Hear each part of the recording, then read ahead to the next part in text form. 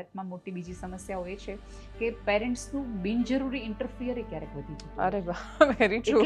એટલા માટે પણ ક્યારેક તકલીફો પડતી હોય છે. ઘણી બધી વખત તમે જો લગ્ન તૂટે છે હંમેશા બે વ્યક્તિઓના કારણે ક્યારેક ના ના, હા, એટલે બહુ જ ઓછા કિસ્સામાં બે વ્યક્તિઓના કારણે તૂટે છે. અમને બેને 99% કિસ્સામાં પરિવારો પરિવારો જવાબદાર છે. હોતા હોય છે. એટલે આ બધો પણ ઘણો બધો રોલ છે અને આપણે એવું જ માનીએ છીએ કે દીકરાની બહુ આવે છે પછી એને આ બધું જ કરવું.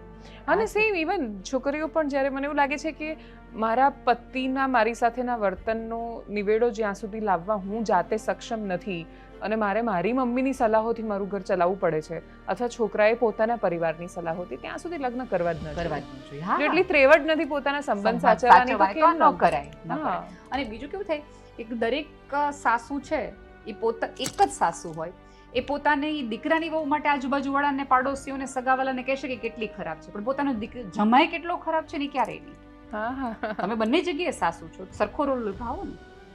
એ સૌથી. અને સમજદાર જો સાસુ આવશે ને તો કદાચ હજી પણ લગ્નો ટકી જશે, સમાજ સમજી જશે કે ઓલી પોતાની દીકરાને વહુને કહેશે કે ભાઈ ઇટ્સ ઓકે. પણ આ તો કેવું થાય કે છોકરો આવે છે ત્યારથી ફરિયાદો શરૂ થઈ જાય છે, એને આ નથી આવડતું, એને ઓલું નથી આવડતું.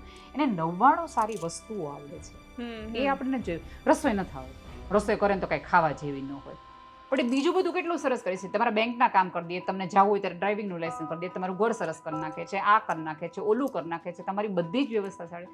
રસોઈ સારી નથી આવડતી તો આવતા દિવસોમાં શીખી જશે, અથવા તો તમે શીખવાડી દો. માત્ર એના ઉપરથી ટોન્ટિંગ કર્યા કરશો ને તો એ અત્યારની પેઢી છે તો નથી શીખવી, રસોઈ નહીં થાય, એ તરત પડતી જશે. હા હા, તો એના કરતાં બેટર એ પોતાના માટે પણ નહીં શીખે. નહીં શીખાય. તમને કામવાળીની જરૂર છે કે પુત્રવધુની જરૂર છે?